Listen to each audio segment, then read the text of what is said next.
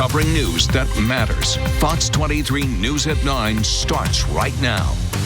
As we get ready to mark 30 years since the Oklahoma City bombing this coming Saturday, we are learning about one woman killed on the 3rd floor who was a daughter and a sister who loved playing with kids in the daycare during her work breaks.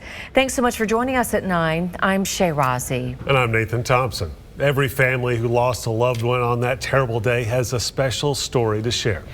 New at 9, Fox 23 weekend evening anchor Morgan Martin is live in studio.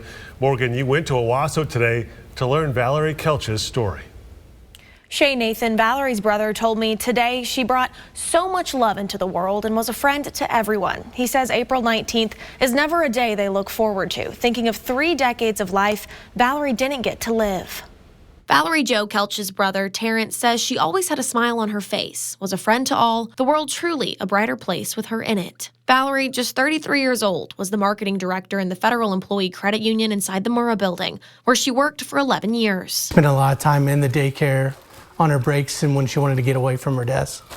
So she would go down there and see the kids. So she knew all the kids that were there and their parents. And so it's really tough that they were involved in all of this. Terrence says Valerie loved her job and the friends who came with it. The friends she had at work and, you know, the kids in the daycare, you know, that I'm sure that she helped carry some of them up to heaven. That's what I like to think, that she was a part of that. Terrence says on the morning of April 19th, 1995, Valerie was in a 9 a.m. meeting in her boss's office on the 3rd floor. Breaking news on TV, saw it happened in Oklahoma City, and immediately my mom knew that it was my sister's building and that it was a bad deal. Terrence was living in Texas at the time with his family. He saw Valerie just days before the bombing.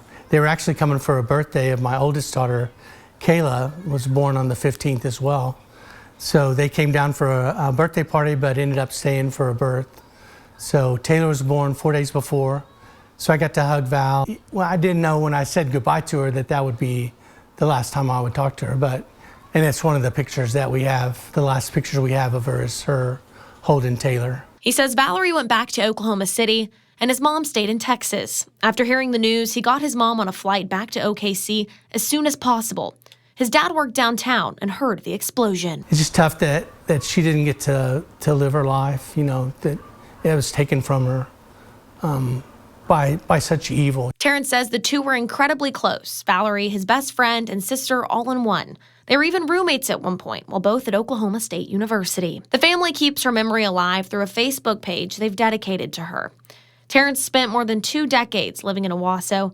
Now he's back in Oklahoma City, a full circle moment filled with memories shared with Valerie that are also shared with the world at the National Memorial and Museum. It's a special place to go back down there and to be there. So it's good to be back in the city.